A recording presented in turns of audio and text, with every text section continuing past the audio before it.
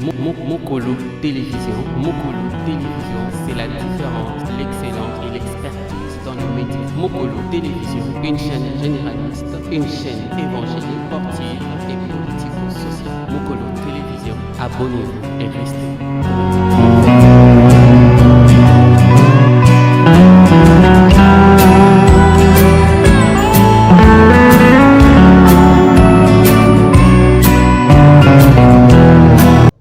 Shalom, peuple de Dieu, et bienvenue dans ces petits moments d'exhortation. Je vous encouragerai d'ouvrir votre Bible dans Apocalypse chapitre 1, à partir du verset 1 au verset 3. Je vais lire pour vous. La Bible dit, « Ce livre contient la révélation que Jésus-Christ a reçue. Dieu la lui a donnée pour qu'il montre à ses serviteurs ce qui doit arriver bientôt. Le Christ a envoyé son ange à son serviteur Jean pour lui faire connaître cela.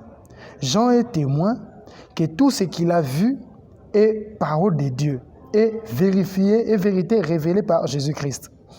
Heureux celui qui lit ces livres.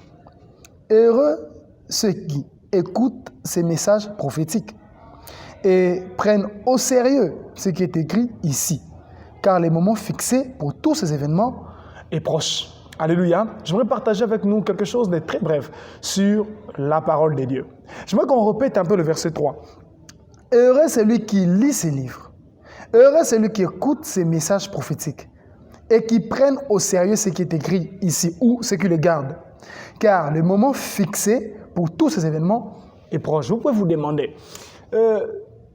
comment est-ce que nous pouvons lire la Bible? Comment lire la Bible? Comment est-ce que je dois faire pour qu'en lisant la parole de Dieu, je puisse bénéficier de la vie qui se trouve dans la parole de Dieu? D'abord, je voudrais signaler à tout enfant de Dieu que la Bible dont nous possédons entre nos mains, n'est pas un livre comme tous les autres livres. Vous avez entendu parler des gens qui disent que la Bible n'est pas un livre comme tous les autres livres. Mais vous me demanderez, quels sont les éléments qui font en sorte que la Bible soit différente des autres livres? Ce qui fait en sorte que la Bible soit différente des autres livres, c'est que cette Bible que nous possédons entre nos mains contienne la vie de Dieu à l'intérieur. Et cette parole que nous contenons entre nos mains contient la lumière du Seigneur à l'intérieur. C'est-à-dire la parole du Seigneur, la Bible, est une parole nutritive et c'est une parole qui illumine. Le Seigneur Jésus dit, les paroles que je vous dis sont esprit et vie. Donc dans la parole du Seigneur, il y a l'esprit de Dieu lui-même. Donc Dieu lui-même dans cette parole. Et dans cette parole, il y a encore la vie. C'est ce qui fait que la parole est Dieu lui-même qui s'exprime, qui vient vers nous. En d'autres termes, s'il faut que nous puissions définir la Bible de façon simple, ce que nous possédons ici entre nos mains, c'est que la Bible n'est pas vraiment un livre. La Bible, c'est l'incarnation de Dieu sous une forme écrite. De même que le Seigneur Jésus-Christ est venu, Dieu est devenu homme. De même, en nous envoyant la parole, il s'est incarné et devenu l'écriture que nous pouvons recevoir en nous pour notre nutrition et pour notre illumination dans l'esprit. C'est pourquoi nous avons besoin de très bien lire cette Bible, afin de comprendre avec efficacité et bénéficier et jouir de tous les trésors qui se trouvent dedans.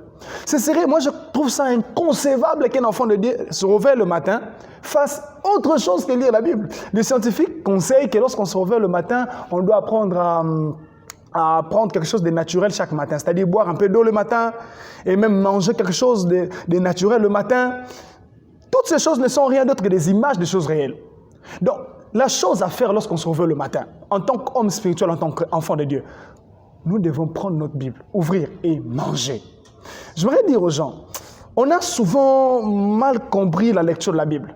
Quand j'écoute les croyants, les chrétiens parler de la Bible, quand je demande aux chrétiens combien de fois tu lis la Bible, ils disent « Ah, j'aime pas trop lire la Bible parce que souvent je ne comprends pas. » Le problème, c'est qu'avec les gens, ils pensent que Dieu nous a donné sa parole pour que nous puissions la lire d'abord et pour comprendre.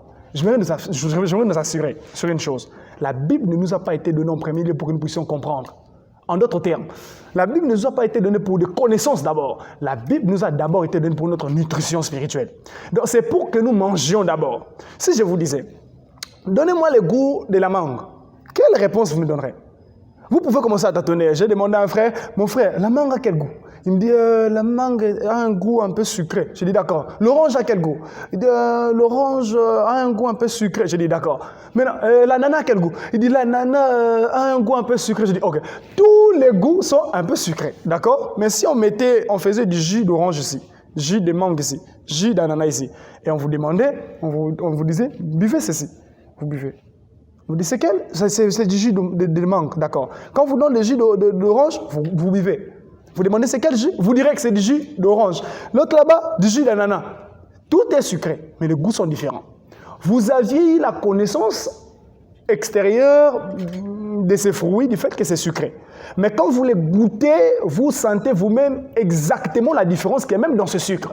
Tout est sucré. Mais lorsqu'on déguste cela, la différence se montre même dans le sens du sucre. C'est pareil avec la parole de Dieu. Si vous voulez la comprendre de façon extérieure, ça ne vous aidera pas. Vous ouvrez, vous commencez à réfléchir, vous commencez à faire des choses vous-même, vous tomberez dans vos propres explications. Mais lorsque vous apprenez à faire la mendication de la parole, c'est-à-dire à manger cette parole que vous mangerez, vous aurez les réels goûts de cette parole et vous connaîtrez exactement cette parole. C'est ce que la Bible appelle connaître la parole de Dieu en vérité. Donc, c'est-à-dire, je connais ça par expérience, par réalité. Nous devons apprendre à emmagasiner la parole, l'introduire à l'intérieur de nous, afin qu'elle soit devenue une partie de notre personne. Dans Jérémie chapitre 15, 16, dit quelque chose de merveilleux. Il dit, je veux que nous puissions le lire. Jérémie chapitre 15, 16. Avant que je ne parle en quelques lignes, c'est ce que j'ai à vous dire. Jérémie 15, 16. Ok, 15, 16. La Bible dit ici. Dès qu'il m'arrivait une parole de toi, écoutez, je la dévorais. D'autres versions, je la mangeais. Elle causait ma joie et me mettait le cœur en fête. Car je te suis consacré, Seigneur, Dieu de l'univers. Il dit, quand il m'arrivait une parole de toi, je la dévorais. Ou je la mangeais. Et puis, en la mangeant, ça faisait quelque chose à l'intérieur. Qu'est-ce que ça faisait? Elle causait ma joie et me mettait le cœur en fête. Quand nous sommes capables de prendre la parole, de la manger, de l'introduire en nous, ça causera des joies à notre être intérieur. Et nous comprendrons que cette Bible est différente des autres paroles. Alléluia. C'est que je te dis que tu dois manger la parole. Tu veux comprendre la Bible, ne te focalise pas d'abord en lisant pour comprendre. Focalise-toi en lisant pour recevoir d'abord cette parole-là. La Bible dit dans Jacques, recevez la parole. Vous voyez? Pas d'abord comprenez, non. Recevez. Quand vous recevrez cela en vous, vous comprendrez.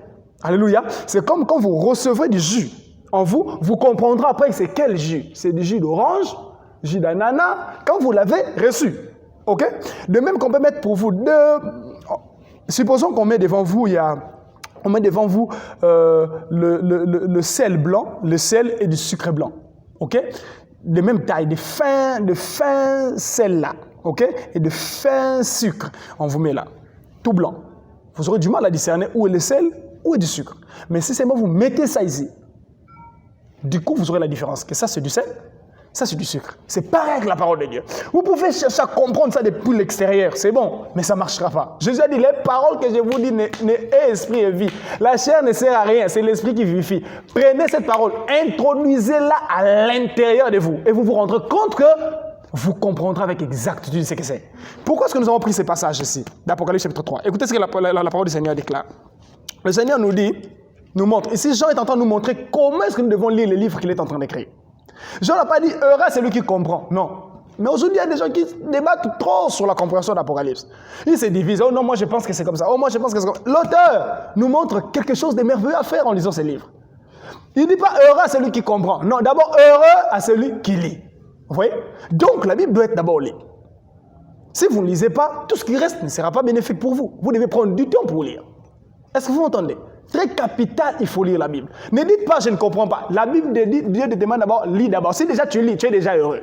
La joie commence, le bonheur commence par le simple fait qu'on lit. Lisez la Bible. Ne prenez pas des excuses. Je ne comprends pas, je n'arrive. Lisez la Bible. Alléluia. Vous lisez seulement. Vous n'arrivez pas à comprendre, lisez. Lisez, lisez. Lire veut dire, prends ta Bible, mets-la devant toi. Commence à lire par exemple, je sais où tu demeures, là et là où Satan a son trône, tu es fermement attaché. Fais ça. Alléluia. Tu ne comprends pas, toi fais ça seulement. Ok?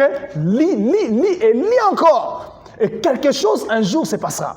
Mais maintenant, quand tu lis encore, une chose arrivera. Vous savez ce qui arrivera? Ce qui arrivera, c'est que Jésus a dit dans Luc 24, 45, quand il est ressuscité d'entre les morts, il est apparu aux disciples. La Bible dit, il leur ouvrit l'intelligence et ils entendirent l'écriture. On traduit ça souvent, il leur ouvrit l'intelligence et ils comprirent l'écriture. Le mot grec traduit par comprendre fait proprement dire ils entendirent l'écriture. C'est-à-dire quand vous lisez la Bible, un moment arrivera où vous entendrez cette parole. Jésus, quand il enseignait, il disait toujours que celui qui a des oreilles pour entendre, entendre. Quelqu'un m'a demandé, qu'est-ce qu'on peut expliquer? Jésus, celui qui a des oreilles pour entendre, entendre. À l'époque de Jésus, il y avait des gens qui n'avaient pas des oreilles. Donc nous sommes des produits d'une évolution. C'est qu'il y avait des gens qui avaient déjà évolué, ils avaient des oreilles, mais d'autres qui n'en avaient pas. Je lui ai dit, non, ce n'est pas le cas. Ce n'est pas qu'il y a des autres qui avaient des oreilles et les autres n'en avaient pas. Alors il disait que celui qui a des oreilles pour entendre, entendre. Jésus disait que celui qui a des oreilles pour entendre, entendre. Faisons clairement allusion à une attente véritable. Il y a un son à l'intérieur de nous. Quand nous lisons la parole de Dieu, un jour, un clic, un déclic se fera. Il y aura un son que nous entendrons à l'intérieur de nous. La voix de celui qui appelle depuis l'intérieur. Le Seigneur, Dieu de grâce, il appelle. Jésus a dit, nul ne vient à moi si le Père qui m'a envoyé ne l'attire. Et il est écrit aussi que vous serez tous enseignés de Dieu. Cet enseignement est l'enseignement du Saint-Esprit. Depuis l'intérieur, il appelle.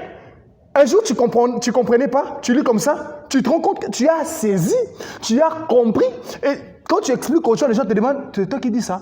Ah oui, mais c'est toi qui dis ça. Lis la parole, alléluia, elle enfantera quelque chose de réel. Quand vous lisez, certainement quelque chose arrivera. C'est ce que les gens disent ici. Heureux celui qui lit, heureux celui qui lit, et ensuite qui écoute. Quand vous lisez comme ça ne s'arrête pas là. Vous devez chercher à écouter. Écoutez dans l'esprit.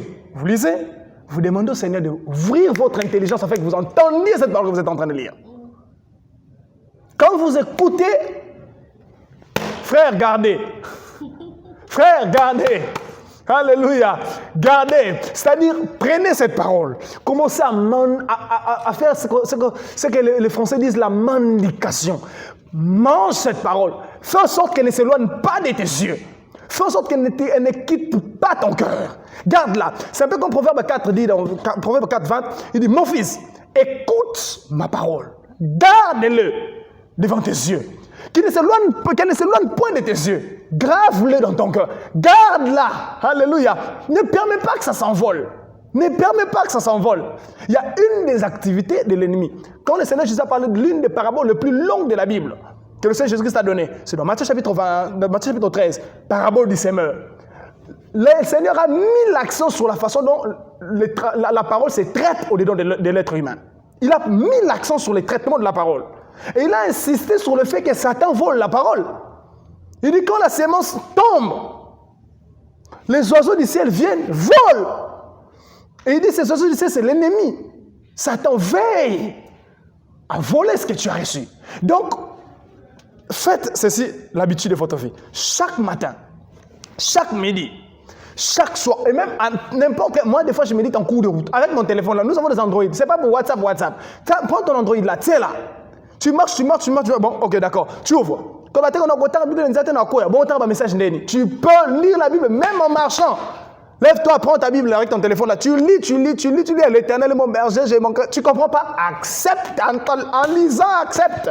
À un moment, tu entendras à l'intérieur quelque chose qui te fera comprendre ce que c'est cette parole. Tu recevras le sucre, le goût, la vie de cette parole. Et quand tu entends, garde. Garde-la. Pourquoi? Car elle t'aidera. Cette parole que tu as reçue, à un moment où une difficulté viendra, tu t'en souviendras. Le Saint-Esprit vous rappellera ce que je vous ai dit. Donc, quand il te parle, le Seigneur, depuis l'intérieur pour que tu entendes la parole et que tu gardes, le Saint-Esprit te rappellera. Un jour, tu seras victorieux en cause de cette parole que tu as lue. Prie le Seigneur pour entendre et quand tu entends, garde. Que le Seigneur te bénisse.